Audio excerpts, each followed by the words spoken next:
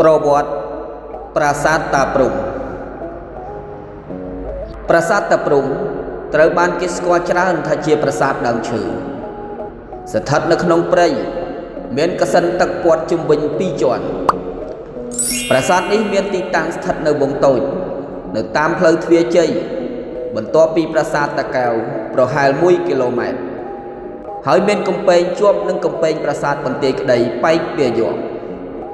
ប្រាសាទតាព្រំសាងឡើងក្នុងឆ្នាំ1186ដោយព្រះបាទជ័យវរ្ម័នទី7ដើម្បីឧទ្ទិសដល់ព្រះពុទ្ធសាសនាមហាយានហើយបើតាមសិលាចារឹកនៃប្រាសាទនេះគឺដើម្បីឧទ្ទិសដល់គុណមេត្តាបិតារបស់ព្រះអង្គក្រោមរូបភាពប្រាជ្ញាបារមីតាបើតាមឮអ្នកស្រុកហៅប្រាសាទនេះជួនថាតាព្រំជួនថាបន្ទាយតាព្រំការហៅថាបន្ទាយតាព្រំគឺសំដៅទៅលើប្រាសាទនេះមានកំពែងព័ទ្ធជុំវិញរីឯការហៅថាតាព្រំជាឈ្មោះដែលនិយមហៅឥឡូវហើយតាមការយល់របស់អ្នកស្រុកគឺសំដៅលើព្រះព្រំដែលមានមុខ4ប៉ុន្តែបើទោះជាយ៉ាងណាក៏ប្រាសាទនេះមានឈ្មោះដើមជាភាសាសំស្ក្រឹតមួយដែលថារាជវិហារប្រាសាទតាព្រំគឺជាប្រាសាទបែបព្រះពុទ្ធសាសនាមហាយានមានប្រាង្គចំនួន39ហុំព័ទ្ធទៅដោយកំពែងថ្មបាយក្រៀម5ជាន់កំពែងខាងក្រៅបង្អស់មានប្រវែង1000ម៉ែត្រគុណនឹង700ម៉ែត្រមានគោបុរៈនៅគ្រប់ទិសទាំង4អមដោយព្រំមុខ4ប៉ុន្តែនៅសល់តែទិសខាងលិចនិងទិសខាងជើងប៉ុណ្ណោះតាមសិលាចារឹកនៅប្រាសាទនេះ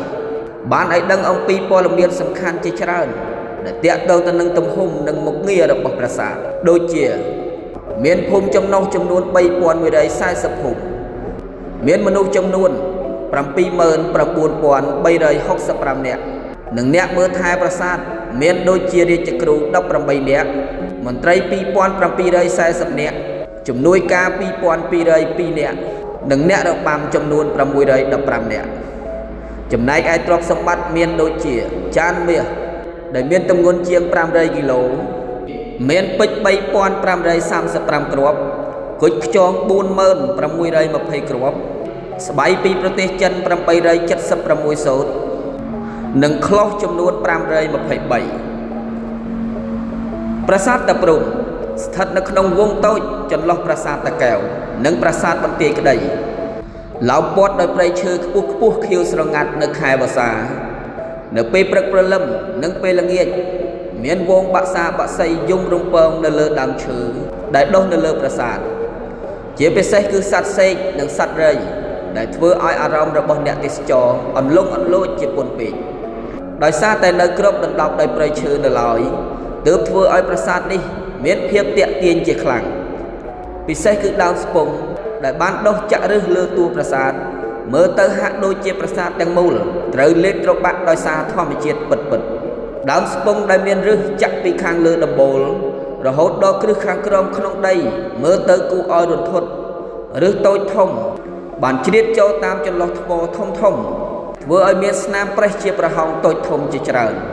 ដែលសឹងតែមិនគួរឲ្យជឿថាឫសឈើទាំងនោះអាចញែកថ្មធំទាំងអស់នោះបានសោះបន្ទាប់ពីព្រះបាទពញ្ញាយ៉ាតផ្លាស់ប្ដូររាជធានីពីក្រុងអង្គរនៅសតវត្សទី15ទៅកាន់ចតុមុខមកក្រុងអង្គរត្រូវបានបោះបង់ចោលដោយមានការញោមញីពីសំណាក់សៀមភងនោះធ្វើឲ្យទីក្រុងអង្គរស្ទើរតែគ្មានមនុស្សរស់នៅការមើលថែទាំប្រាសាទក៏លែងមានទៀតដែរលើកលែងតែប្រាសាទអង្គរវត្តទើបធ្វើឲ្យប្រាសាទខ្មែរទាំងឡាយត្រូវទុកចោលនិងកប់បាត់ក្នុងព្រៃបន្តិចម្ដងរហូតដល់សម័យអាណានិគមបារាំងកំឡុងសតវត្សទី19ទើបមានការរករកកាប់ឆ្ការនិងថែទាំសារថ្មីឡើងវិញបន្តិចម្ដងដោយមើលឃើញពីភាពអស្ចារ្យនៃឫសឈើដើមឈើដែលដុះនៅលើប្រាសាទតាព្រំ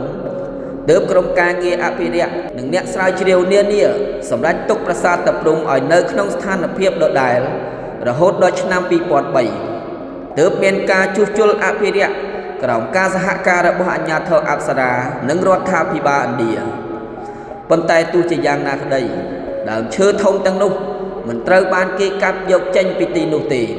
ព្រោះវាជាសក្តានុពលទេសចរយ៉ាងអស្ចារ្យដែលត្រូវតែរក្សាទុកតាមដែលអាចធ្វើទៅបាន ដើម្បីបម្រើដល់វិស័យទេសចរណ៍ដើម្បីឲ្យភ្ញៀវជាតិនិងអន្តរជាតិបានថតយករូបភាពនៃការឈ្លានពានរបស់ធម្មជាតិចំពោះប្រាសាទមួយនេះ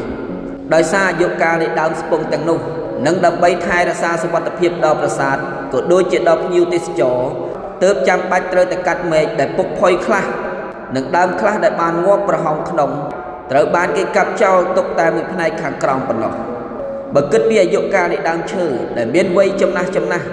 គឺចន្លោះចាប់ពី300ឆ្នាំទៅ500ឆ្នាំគឺបន្ទាប់ពីការបោះបង់ចោលក្រុងអង្គរភាពល្បីល្បាញរបស់ប្រាសាទនេះត្រូវបានក្រុមហ៊ុនផលិតភាពយន្តអន្តរជាតិធំគឺក្រុមហ៊ុនថតភាពយន្តអាមេរិក Hollywood មកថតខ្សែភាពយន្តវាយប្រហារផ្សងព្រាយសម្ដែងដោយតារា Hollywood ដ៏ល្បីគឺអ្នកស្រី Angelina Jolie នៅឆ្នាំ2001គឺរឿង Tomb Raider ដែលទទួលការគាំទ្រយ៉ាងខ្លាំងនាំឲ្យប្រាសាទតាព្រហ្ម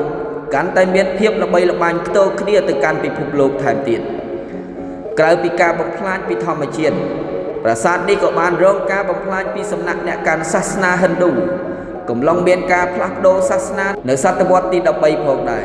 ដូចជាការបំផ្លាញបដិមាផ្សេងដែលតាក់ទងទៅនឹងពុទ្ធសាសនាការដាក់រូបចម្លាក់ការកែប្រែរូបចម្លាក់ពីព្រះពោធិសត្វទៅជាទេវសាសនាហិណ្ឌូជាដើមលាក់ទាំងនេះគឺមានភ័ស្តុតាងស្រាប់នៅលើជញ្ជាំងនិងនៅលើសសរប្រាសាទប្រាង្គប្រាសាទបុរាណខ្មែរប្រកបដោយប្រណិតភាពនៃវិចិត្រកម្មនិងស្ថាបត្យកម្មល្អឯកត្រូវបានបុព្វបុរសខ្មែរយើងកសាងទុកជាកេរដំណែលសម្រាប់កូនចៅជំនាន់ក្រោយចងចាំនៅភាពរុងរឿងនៃប្រវត្តិសាស្ត្ររបស់ខ្លួនក្នុងនាមជាកូនខ្មែរយើងមានកាតព្វកិច្ចចូលរួមថែរក្សាអភិរក្សបណ្ដាសម្បត្តិបេតិកភណ្ឌជាតិរបស់ខ្លួននិងបន្តលើកតម្កើងលើកកម្ពស់មោទនភាពជាតិនេះឲ្យកាន់តែខ្ពស់ឡើងជាលំដាប់តទៅ